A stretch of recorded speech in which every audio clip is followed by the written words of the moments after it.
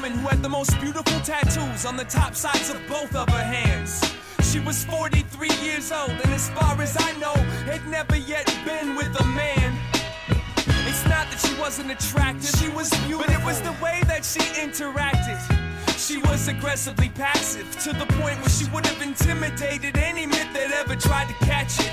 On the right hand, she had a tattoo of a nude girl. She claimed it is what God resembled. But on the left, she had a mirrored image of the same female, and this one, she explained, looked like the devil.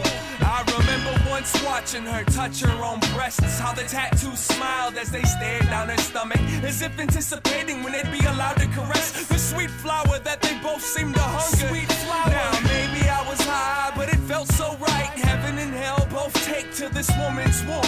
It didn't make sense how she could commence touching herself with me wide awake in the same room. But if I've learned anything in my years, I've learned I no longer believe in surprise. But what happened next damn near stole my tears. The tattoos came alive right in front of my eyes. They both slowly stood up and climbed off her hands, and showed me why she never took some time with a man. They climbed deep inside of this woman's garden. She closed her eyes, she gently bit her bottom lip. I stepped, I left, and I don't regret leaving. And I'll never forget all the things I saw that evening. A glimpse of religion, a piece of coming closer to understanding more about what intrigues me most. I didn't get turned on, I just got turned. I wasn't as aroused as I was concerned. For each one of them I've hurt, and every time I've been burned, I've got a lot to teach, but even more to learn.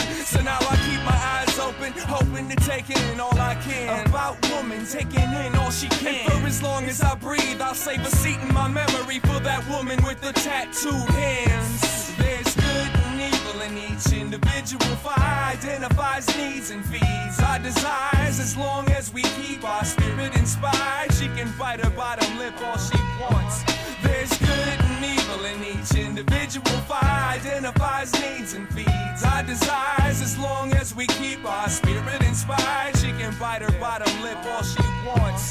There's good and evil in each individual, for I identifies needs and feeds our desires. As long as we keep our spirit inspired, she can bite her bottom lip all she wants. There's good and evil in each individual, for I identifies needs and feeds our desires. As long as we keep our spirit inspired,